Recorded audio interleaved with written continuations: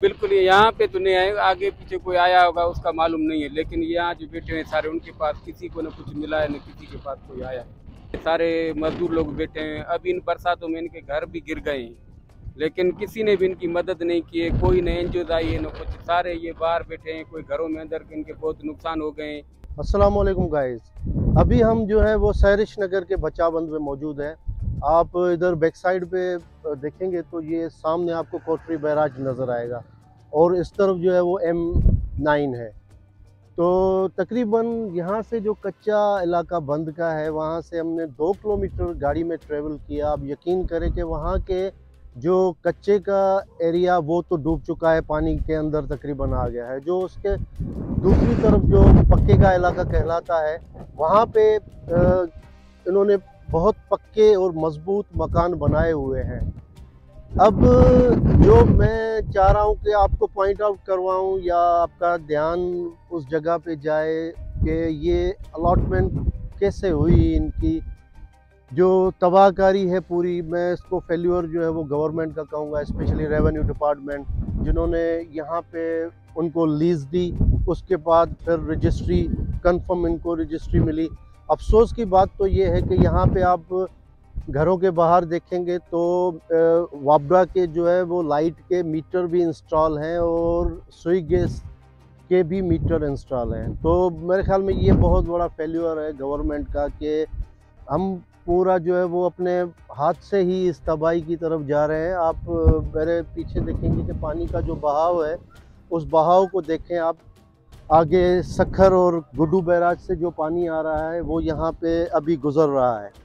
तो मेरे ख्याल में काफ़ी बंद जो है वो कमज़ोर हैं। उसकी मेन वजह ये है कि 2010 में जो यहाँ पे मेगा फ्लड आया था उसके बाद 11 साल गुजरने के बाद यहाँ पे ऐसी किस्म का काम नज़र नहीं आएगा।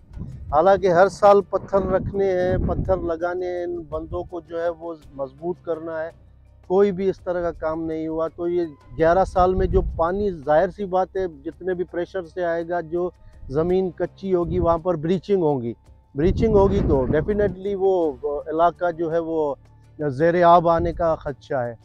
अच्छा, जो वहाँ पीछे से जो पानी आ रहा है सखर और गुड्डू बैराज से, वो तकरीबन 5.5 लाख से 6 लाख के करीब, 6 लाख क्यूसेक के करीब पानी यहाँ से गुजर रहा है। अभी भी ये जो पानी का बहाव है वो 6 लाख के करीब है और उम्मीद है अल्लाह ताला से कि ये खैर आफियत से आगे जाके समंदर में मिले। हमारे साथ यहाँ पे मकानी लोग जो है वो साथ हैं हमारे, तो उनसे पूछते हैं कि किस तरह की सूरत हाल से दो चार हैं, वो किस तरह की परेशानियां हैं उनके साथ। तो मेरे भाई बताइएगा, क्या अभी सूरत हाल नज़र आ रही है आपको? भाई अभी सूरत हाल ये है कि सारे बंदे परेशान बैठे हुए हैं। 4 महीने से बरसात, 3 महीने से चल रही है, रोजगार भी नहीं है और ऊपर से ये दरिया का बहुत बड़ा खतरा है। लाइट भी नहीं है, गैस भी नहीं है। सारे इधर गरीब जो बैठे हैं, रोजगार वाले सारे भूख पे बैठे हुए, कोई जरिया नहीं है। अच्छा, इतना टाइम हुआ बारिश के बाद और ये जो पानी मुसलसल सखर ऊपर से आ रहा है, तो इसके दरमियान कोई आपसे किसी ने, सियासी लोग या कोई ब्यूरोक्रेसी, मतलब जो गवर्नमेंट का इदारा है या कोई और एनजीओ तरह के लोग, किसी ने आपसे रब्ता किया है? नहीं, बिल्कुल ये यहाँ पे तो नहीं आए, आगे पीछे कोई आया होगा उसका मालूम नहीं है, लेकिन यहाँ जो बैठे हैं सारे उनके पास किसी को न कुछ मिला है, न किसी के पास कोई आया है। और किस तरह की ज़रूरत है आपको? अगर किसी इदारे को हम इस अपने ब्लॉग की तरफ से तवज्जुह से बताएं तो क्या चीज़ें आपको दरकार हैं जो वो आपको मुहैया करें? पहला मसला तो लाइट का है। अभी ये जैसे पानी आ गया है तो बहुत से जानवर जो है खराब इधर निकल रहे हैं, सांप वगैरह, ये वो उसका नुकसान है। लाइट नहीं है और खाने के लिए बंदे बहुत परेशान हैं, बेरोजगार बैठ गए हैं, अभी भी रोटी भी नहीं है उनके पास। तो दोनों मसले उनके पास बड़े यही है। अच्छा, यहाँ पे कब से ये आबाद है? ये सर 2008 से आबादी है, इधर कच्ची आबादी है, सारे मजदूर लोग बैठे हैं। अब इन बरसातों में इनके घर भी गिर गए हैं, लेकिन किसी ने भी इनकी मदद नहीं की है। कोई न एनजीओ आई है न कुछ, सारे ये बाहर बैठे हैं। कोई घरों में अंदर इनके बहुत नुकसान हो गए हैं और रोजगार भी नहीं है। कोई मसला इनका किसी ने आके हल कुछ भी नहीं किया है। और अब ये पानी भी ऊपर बढ़ रहा है, आप देखें इधर कोई भी नहीं है, न कोई कैंप लगा हुआ है, न कोई एनजीओ वाला है, न कोई पत्थर उतारे हैं इधर। कोई भी हमारे पास नहीं है। जैसा कि हम सैरिश नगर के बच्चा बंद से जा रहे हैं, तो मुझे एक चीज़ समझ में नहीं आ रही कि यहाँ पे जो कंस्ट्रक्शन देखें आप दोनों इतराफ सड़क के, सड़क तो नहीं है बहरहाल ये बंद है, इस बंद के दोनों इतराफ जो है वो आप पक्के मकानात आपको नज़र आ रहे होंगे। दोनों तरफ देखें तो ये एक चीज़ जो मैं समझ नहीं पा रहा वो ये है कि इनको किस इदारे ने इनको एनओसीज मुहैया की या अलॉटमेंट दी, लीज़ कैसे मिली इन मकानात को, इन लोगों को यहाँ पे रहने की। ये सारे मकान आप देख रहे हैं कि ये सारे जो है वो पक्के मकानात हैं। तो ये एनओसीज किसने मुहैया की? ज़रूर कोई इनमें गवर्नमेंट का ही इदारा जो है वो इन्वॉल्व है। तो उनकी इन्वॉल्वमेंट कैसे हुई? या तो इन्होंने अपनी मजदूरी ली है और इनको अलॉटमेंट दी। जो बड़ा फेल्योर मुझे नज़र आया पूरा इस बंद पे वो ये है कि पक्के मकानात एक इदारे ने दिए, उसके बाद जो है वो इलेक्ट्रिसिटी की जो सप्लाई है उसके इदारे ने, वापडा ने यहाँ पे उनको लाइट मुहैया की, और कहीं कहीं पर आपको सुई गैस के भी नज़र आएंगे तो मीटर जो है वो इंस्टॉल हुए हुए। तो ये है बंद जहाँ से अब हम गुज़र रहे हैं। ये पूरा आपको नज़र आएगा कि कहीं पे भी बंद नज़र नहीं आ रहा। ये पूरा कंजस्टेड एरिया है जहाँ से हम गुज़र रहे हैं। गाड़ी चलाते हुए मुझे ये फीलिंग आ रही है, ये मुझे लग रहा है कि मैं किसी गांव के मेन जो मार्केट होते हैं, बाज़ार होते हैं, वहाँ पे गाड़ी चला रहा हूँ। किसी भी तरफ से ये महसूस नहीं हो रहा कि जो हम एक बंद से गुज़र हो रहा है हमारा। यहाँ आप थोड़ा देखेंगे तो ये सामने कोटरी की जो है बैराज नज़र आएगा। ये रेलवे ट्रैक है कोटरी बैराज का। तो अभी ये देखें बंद पे इन्होंने बाकायदा जो है वो अपना पूरा सिस्टम बना लिया है। ज़ाहिर है लोगों का कोई इसमें कसूर नहीं है। गवर्नमेंट जब किसी को पता चलता है कि कोई नया शहर या नई कॉलोनी आबाद होती है तो लोग वहाँ पे धड़ाधड़ जाना शुरू हो जाते हैं। लोगों को जो बेसिक फार्मेलिटीज़ हैं वो ये समझते हैं कि बस हमें एक एरिया मिल गया, 2 मकान बन गए, चलो वहाँ मकान बना देते हैं। लोगों का मेरे ख्याल में कोई कसूर नहीं है।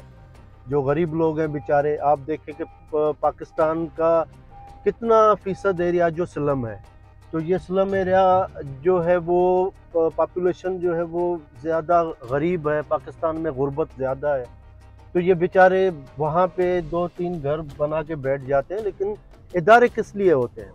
इदारे तो इसलिए होते हैं कि आप प्रॉपर जो है उनको इलाकों को जो है वो आइडेंटिफाई करें, उनकी पूरी सर्वे करें, उनको देखें कि यहाँ पे लोग जहाँ पे ये बस्तियाँ आबाद कर रहे हैं इनको हम लीगलाइज कर सकते हैं, नहीं कर सकते। तो ये सीधी सी बात समझ में आ रही है कि ये यहाँ पे जो है वो गवर्नमेंट ने अपनी मजदूरी सेट की और लोगों को यहाँ पर इलीगल बिठा के उनको लीगलाइज किया गया, उनको एनओसीज दी गई, उनके बाद उनको रजिस्ट्रियाँ दे के पूरा इनको एक सेटअप दे दिया कि भाई ये आपकी कॉलोनी है, आप यहाँ पे रहें।